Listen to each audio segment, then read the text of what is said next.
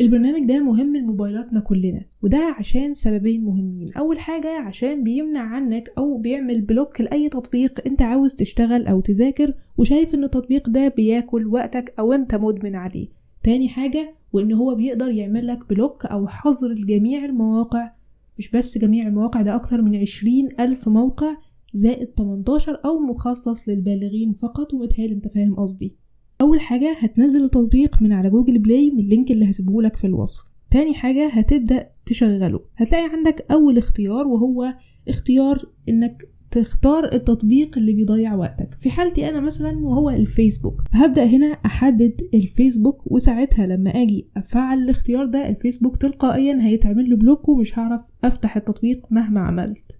والاختيار التاني وهو حجب المواقع، ودي سهلة جدا. كل اللي عليك انك تختار هنا حجب اكتر من 20,000 موقع بمنتهى السهولة وبزرار واحد. وتقدر كمان لو عندك موقع معين حابب هو بس اللي تحظره فتقدر تضيف اللينك بتاعه وتكتبه في الخانة دي. طيب مع بعض كده تعال نجرب. لو فتحت الفيسبوك دلوقتي ايه اللي هيظهر؟ دلوقتي كل ما احاول ادخل على الفيسبوك بيظهر لي قائمة الحظر اللي قدامك دي، ولما احب افتحه تاني هيظهر لي هي القائمة مهما عملت، الا اذا انا رحت للتطبيق ولغيت حظر الفيسبوك اللي انا عاملاه او ايا كان التطبيق زي تيك توك او خلافه اللي انا عاملاه واحب استخدمه من اول وجديد. اما بقى التطبيق ده فهو حرفيا رهن اشارتك. كل وظيفته انك مجرد ما تشاور قدام الموبايل او مستشعر التقارب بالطريقة دي مرتين او مرة على حسب ما انت تحدد، فهو الشاشة هتنور او هتفتح معاك وتبدأ تشوف الساعة الاشعارات اللي انت عايزه. ده ينفعك في ايه؟ ينفعك لو ايدك مبلولة او حتى متوسخة وانت مش عاوز تمسك الموبايل بتاعك. كل اللي عليك تدور على التطبيق ده على جوجل بلاي ونزله، هتلاقيه مجاني. وبعدين ابدأ اديله الادوات اللازمة، وهو واجهته بسيطة جدا. تبدأ تعدل في الاختيارات اللي قدامك دي او حتى تسيبها زي ما هي براحتك خالص، وبعدين تجرب معايا تعمل الحركة دي وبعدها هتلاقي الشاشة بتنور، ونفس الحركة دي هتلاقي الشاشة بتقفل بمنتهى السهولة. البرنامج ده مستحيل تحذفه من موبايلك مهما حصل. بردان، سقعان، كسلان، عاوز حد يقلب مكانك في الموبايل على اي تطبيق على الفيسبوك او بتقرا حاجة، فهو ده التطبيق اللي ينفعك. تطبيق كل وظيفته ان هو يعمل سكرول للشاشة قدامك من غير ما انت تلمسه. كل اللي عليك نزله من اللينك اللي موجود في الوصف، وتعالى اقولك تشغله ازاي.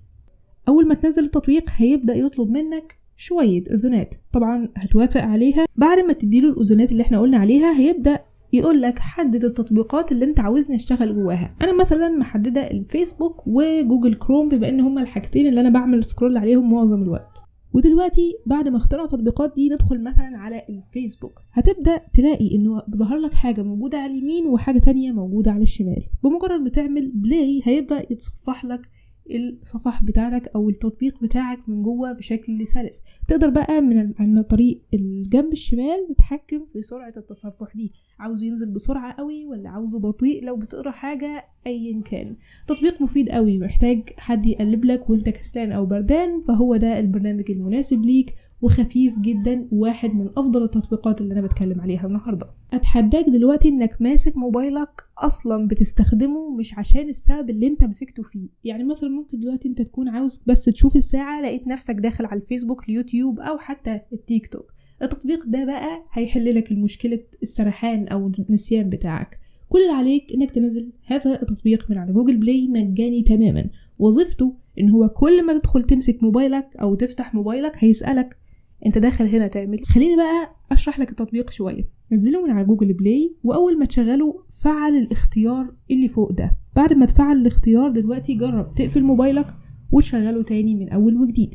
اول ما تيجي تشغله المرة دي هيظهر لك خانة كده تكتب فيها سبب دخولك للموبايل المرة دي، وبعدين تكتب السبب ده وهتلاقيه بقى موجود بشكل مستمر في الاشعارات فوق، عشان طبعا دي خانة كلنا بنستعملها. وهتلاقي الكلمة مكتوبة لك دايما انا فتحته مثلا عشان كذا، فمش هتعرف تلغيها مهما حاولت، وهتفضل قدامك تفكرك بسببك الرئيسي انك ماسك الموبايل دلوقتي وتستخدمه ليه.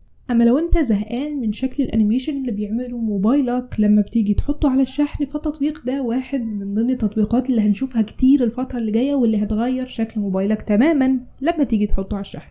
كل اللي عليك تنزل هذا التطبيق من جوجل بلاي، فهو مجاني وفي منه نسخة مدفوعة ممكن اوفرها لك على التليجرام. بعد ما تنزل التطبيق ده هنيجي نشرحه مع بعض. هيبدأ يظهر لك الشكل اللي قدامك ده واللي هو نوعا ما من الإرشادات. بعدين هتعمل تشغيل وتديله الأذونات اللي بيطلبها، وبعدين هتبدأ تختار نوع جهازك، مثلا سامسونج نوت 9 أو أيا كان. وبعد كده هيبدأ يظهر لك الشكل بتاعه، يعني الهيكل بتاعه هيبدأ ظاهر على الموبايل بتاعك وانت بتشحنه. مبدئيا هتفهم قصدي ايه، وبعدين تقدر تحدد لون البطارية، أخضر أبيض زي ما انت عايز. وبعدين هيبقى عندك شكل جديد تماما لموبايلك لما تحطه على الشحن.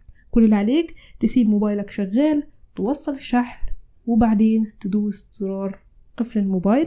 هيبدأ بعدين يظهر لك شكل شاحن جديد تماما موجود على موبايلك. اما لو عجبك نوعية التطبيقات دي فاكتب لي تحت في التعليقات وقول لي ايه نوعية التطبيقات او البرامج اللي انت محتاجها على موبايلك. وما تنساش تشوف الفيديو بتاع اسرار الاندرويد، لان صدقني في حاجات كتير انت مش محتاج ليها برامج اصلا، هي اساسا موجودة في موبايلك.